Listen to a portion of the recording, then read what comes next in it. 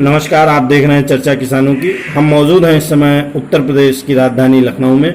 हमारे साथ मौजूद हैं आज़ाद भारतीय किसान यूनियन के कोषाध्यक्ष श्री दीक्षित जी। दीक्षित जी, किसानों की इस समय क्या मुख्य समस्याएं चल रही हैं, इस पर आप प्रकाश डालिए।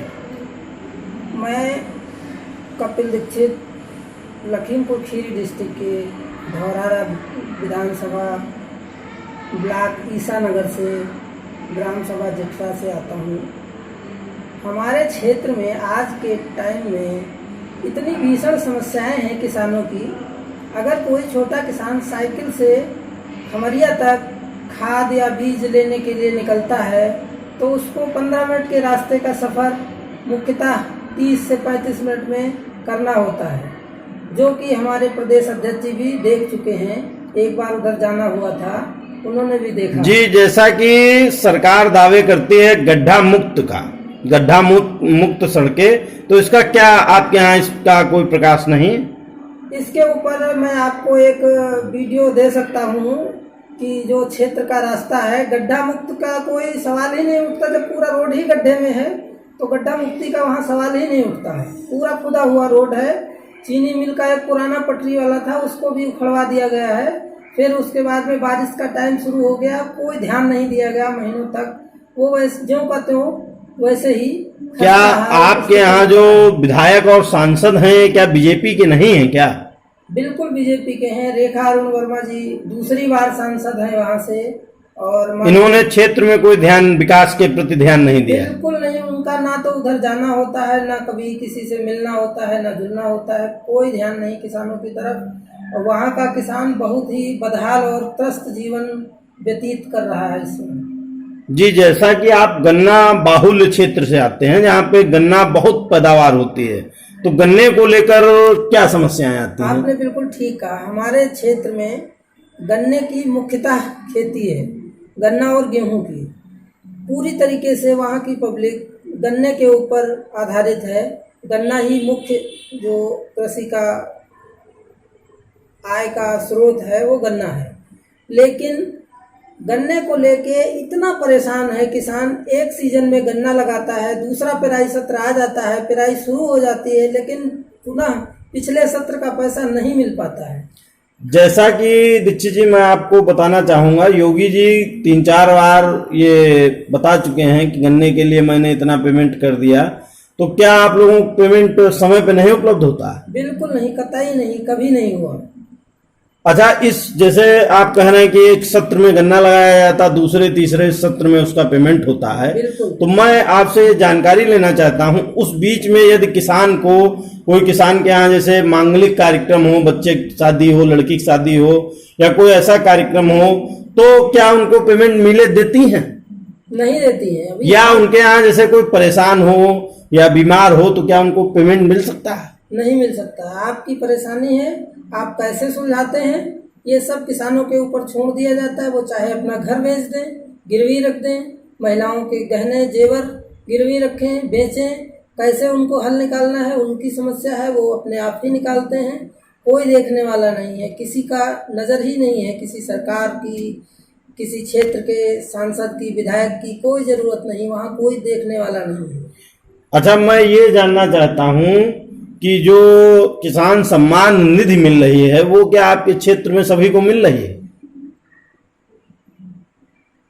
लगभग कुछ लोगों को मिल रही है, लेकिन बहुत से लोग ऐसे हैं जो उसमें भी पात्र होते हुए नहीं प्राप्त कर पा रहे हैं। उनके ऊपर कोई ध्यान नहीं दिया जा रहा है। ये बताइए, आप जब 2-3 सत्रों में पेमेंट होता है गन्ने का, तो क्या जैसे आप लोग बैंक से यदि कर्जा लेते हैं तो गवर्नमेंट उस पर कुछ टैक्स बढ़ा के लेती है, तो क्या जब आपका पेमेंट 3 सत्र बाद होता है तो क्या चीनी मिल या सरकार की कोई ऐसी योजना है कि आपको कुछ धन बढ़ा के मिले?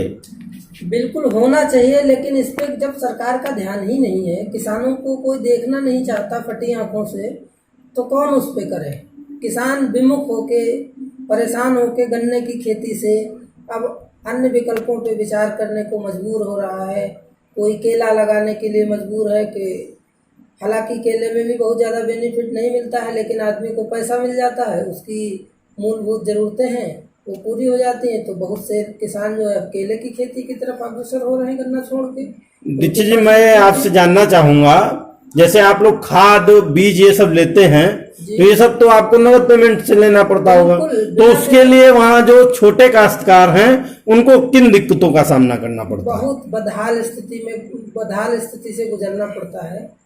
उनको कहीं से किसी से ब्याज पे उधारी में पैसे लेते हैं, फिर जब जिससे लिया जाता है वो दबाव बनाता है, फिर घर के कोई विकल्प पुराने, या तो अपनी ज़मीन बेच दें या तो गहने महिलाओं के बेचें या गिरवी रखें, फिर उसका अदा करें, फिर रो धो के कभी कभार मिलता है तो उसी में काम करना होता है। आदमी का जीवन बिल्कुल बदहाल है।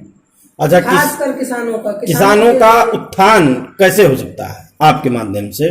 आप मतलब किसानों का उत्थान कैसे हो सकता है, इस विषय पे आप को अगर समय पे उनका पैसा मिल जाए, उनका पैसा उनके टाइम पे मिल जाए, गन्ना लगे 1 महीने में 2 महीने में सत्र के दौरान ही अगर मिल जाए तो भी उनकी समस्याएं काफ़ी हद तक सुलझ सकती हैं, जिससे वो अपना खाद पानी बीज दूसरी फसलों के लिए तैयारी बहुत कुछ करना होता है। आज के टाइम में बहुत ही दयनीय स्थिति है हमारे क्षेत्र की, जो कि मैं अपने प्रदेश अध्यक्ष जी को भी दिखा चुका हूँ कि देखिए यहाँ की क्या स्थिति है, कैसी रोडों से होके लोग गुजरते हैं। ऐसी स्थिति में अगर कोई बीमार हो जाता है तो वो लखीमपुर तो दूर की बात है, छोटा सा कस्बा खमरिया है, वहाँ तक जाने में ही उसकी हालत ख़राब हो जाती है।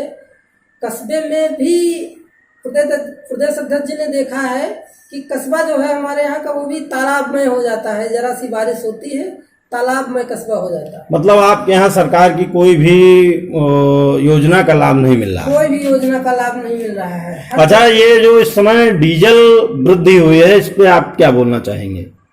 इतनी भीषण समस्या में किसानों को डाला जा रहा है। किसी को धान की रुपाई करनी है, उसके लिए आज का समय ये है, पेट्रोल से ज़्यादा आसमान छू रहा है, डीजल का दाम आसमान छू रहा है।